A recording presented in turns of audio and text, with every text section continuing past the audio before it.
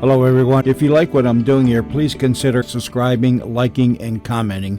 It would really help the channel out quite a bit. Thank you very much. Edwards, the coffee with the extra flavor lift, brings you Night Editor. Ellis, wait a second. I'll rewrite the police report. Grab it. Night Editor, starring Hal Burdick in another of his famous newsroom yarns. Tonight, a story that brings back those beloved characters, Slats and Tim. Tim straightened, his eyes widening as he looked at Slats. Those boxes of dynamite were left here within the past 24 hours, Slats.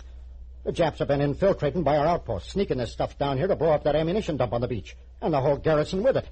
And you and I, Slats, we're going to do something about it right now. Tonight's story is titled Important Trifle, which reminds me of the way the various choice Latin American coffees in Edwards Coffee are blended together, actually by flavor instead of by weight.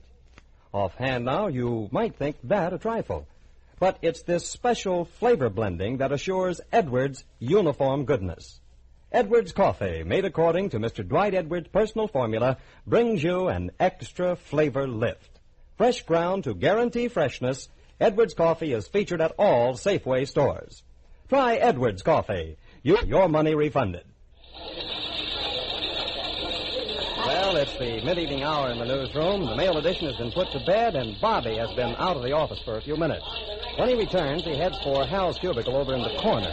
And now as he enters and closes the door behind him. Well, hey, what goes on here? Brought you a little present, Hal. There you are. What's this? A cup of coffee? A cup of Edwards coffee, boss. Brought it up from the lunch counter. Hell, now. I take that right kindly of you, Robert. I figured you were too busy anyway to get out for coffee tonight. Yeah, being away this afternoon sort of put me behind the 8-ball in my work. Oh, boy. Now, that's just what I needed, Bobby. Sit down. Well, if you're busy, I won't bother you. No. Sit down. I need to relax a minute. Yeah. Besides, I've got a story for you. Well, in that case... You know where I was this afternoon, Bobby? Out at the Navy Hospital, calling on a friend of mine who picked up a touch of some fever out in the South Pacific and is home for a rest.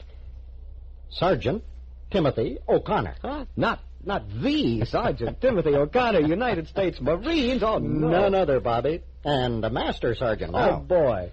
And if I know anything about it, there's a Slats and Tim yarn in this. How about old Slats Malarkey? Is he still a fireman first class? Oh, no. Slats is a chief petty officer now.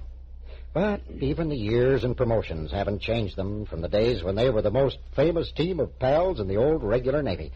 Come clean, Hal. The story. Let's have it. Well, you know, I have a hunch their unexpected meeting when their separate ships put into the little shore base out in the Philippines was one to be remembered, Bobby. It was reported that the Admiral, hearing about it, sighed and remarked that with Slats Malarkey and Tim O'Connor on the prowl, anything might happen. And probably would.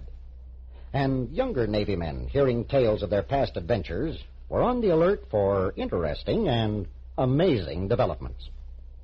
Their first few meetings were uneventful. Then came that certain day ashore and Tim's suggestion of an escape from boredom. Look, why don't we take a hike back into the hills, Slats? Huh? What for? Oh, just something to do. I'm tired of hanging around this town. What's back there but a hard climb? Well, we might rustle some sandwiches and stuff and have ourselves a little picnic. Picnic? Sergeant O'Connor, do you feel all right? Yeah, besides, there's Japs back in the hills. The Army guys keep routing them out all the time. Well, we're not going back that far. Just up a ways where it's peaceful and quiet. Get away from the mob. Slats' head wagged back and forth in a gesture of confused amazement.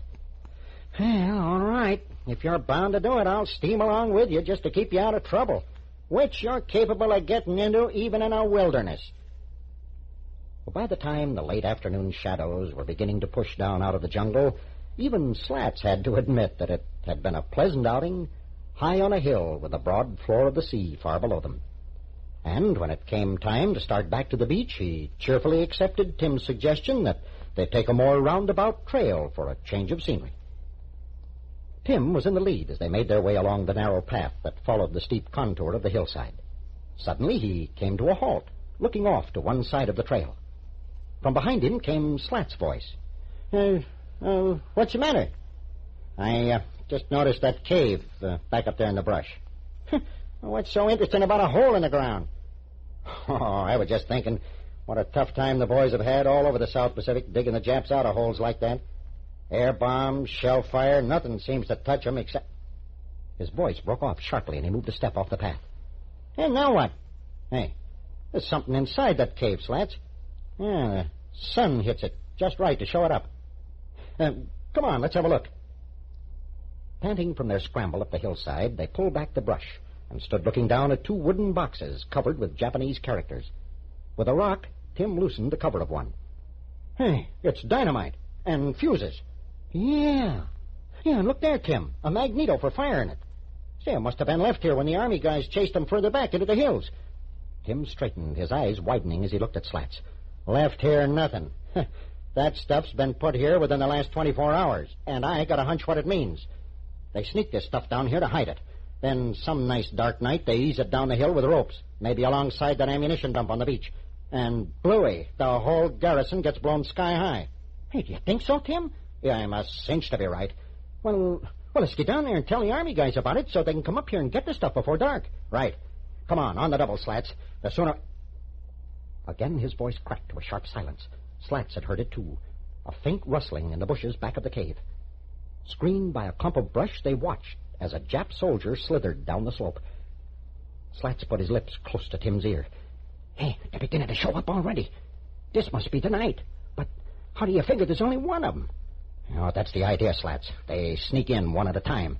Well, come on, let's get going out of here before the whole outfit shows up. No dice, sailor. We're sticking right here and rounding up the whole gang. Are you crazy, Tim? We can't take on the whole Jap army. We got to. By the time we could get down to the beach and bring a patrol back here, it might be too late. Oh, but Tim, listen, be reasonable. Watch this, Slatsy boy. One hand closed on a chunk of wood beside him. Cautiously, he eased himself around the clump of brush. Then Tim O'Connor's big frame was flying through the air, and the club was descending on the back of the Jap soldier's head. Slats was beside him, his voice exultant. Oh, nice work, Timmy. You knocked them cold. Yeah, give me a hand with him quick, Slats. We got to put him in the cave and get set for the next one when he shows up. One by one, we're knocking off these little brown boys as they arrive. When we got all of them, we figure out a way to give the alarm and get some help from one of the outposts. For the next hour and more, Slats Malarkey and Tim O'Connor were the 2 busiest men in the Pacific theater of operations. One by one, the Jap soldiers arrived at their rendezvous. One by one, the club took its toll, while the pile of small arms grew on the ground beside them.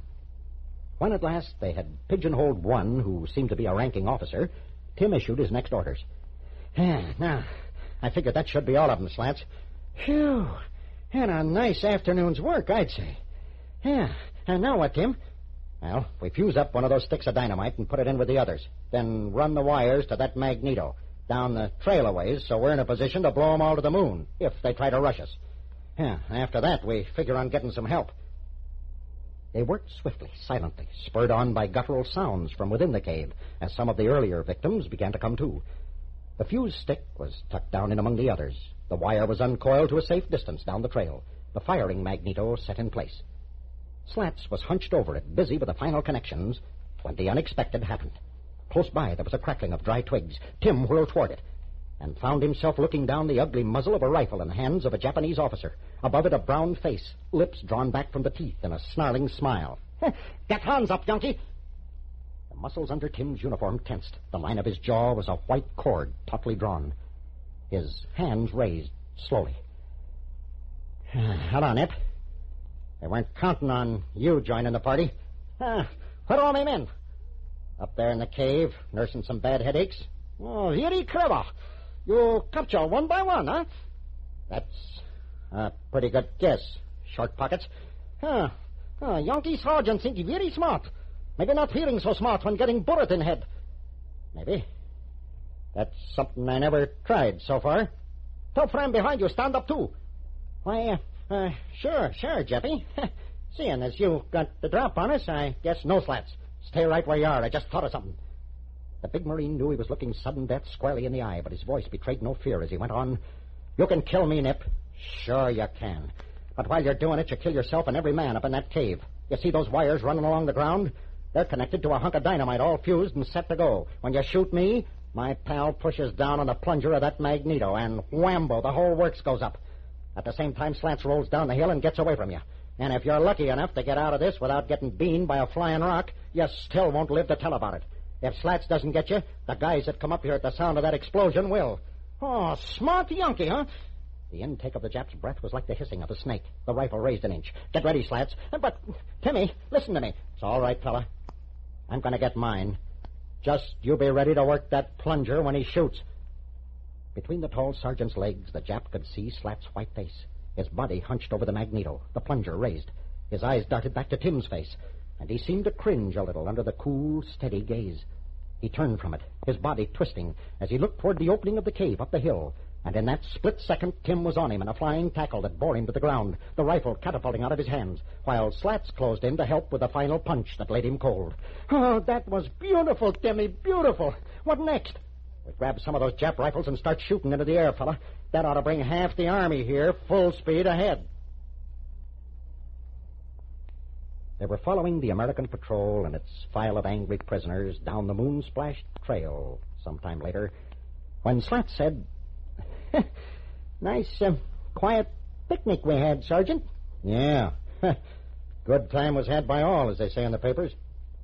And I think you're the smartest guy in the whole Marine Corps, Timmy. So?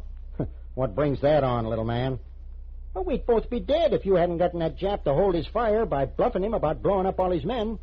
Bluffing him? I wasn't bluffing. I meant what I said. A low chuckle from Slats. You were still bluffing, Tim. So was I when he saw me kneeling over that magneto with the plunger raised. What do you mean? Well, it's like this. I'd never seen one of those Jap magnetos before. They do everything backwards, and, well... Tim halted, his square jaw thrust close to Slats' face. Go on. And what? Well, all the time you were talking, I still was trying to figure out how to connect the wires to the fool thing so it'd work. A moment of tense silence. Then they were both laughing as Slats continued. We do get in and out of the most amazing predicaments, don't we, Timmy? One reason Night Editor has been a long-time favorite is that Hal's stories always give you an unexpected lift, which is one reason Edwards coffee is a big favorite, too. Edwards is specially blended according to Mr. Dwight Edwards' own personal formula to give you an extra flavor lift. Edwards sincerely is superior coffee, rich, flavorful, full-bodied, custom ground to your order to guarantee roaster freshness. Edwards Coffee is featured at all Safeway stores. That's Edwards Coffee, featured at Safeway stores. Try a pound for an extra flavor lift. And now, Hal, have you a word for us about next week's story? After a lifetime before the mast, old Jonas Gray had one wish, that he might spend his last days within sight and sound of the sea. And it was Captain Milo, lost at sea many years before, who granted him his wish in a strange, weird adventure titled The Man Who Worked for a Ghost. I hope you'll all be with us in the newsroom next week for the telling of it. Good night. Join us again next week at the same time when Hal Burdick returns to us in another of his famous Night Editor yarns. This is Bill Baldwin signing off for Edwards Coffee.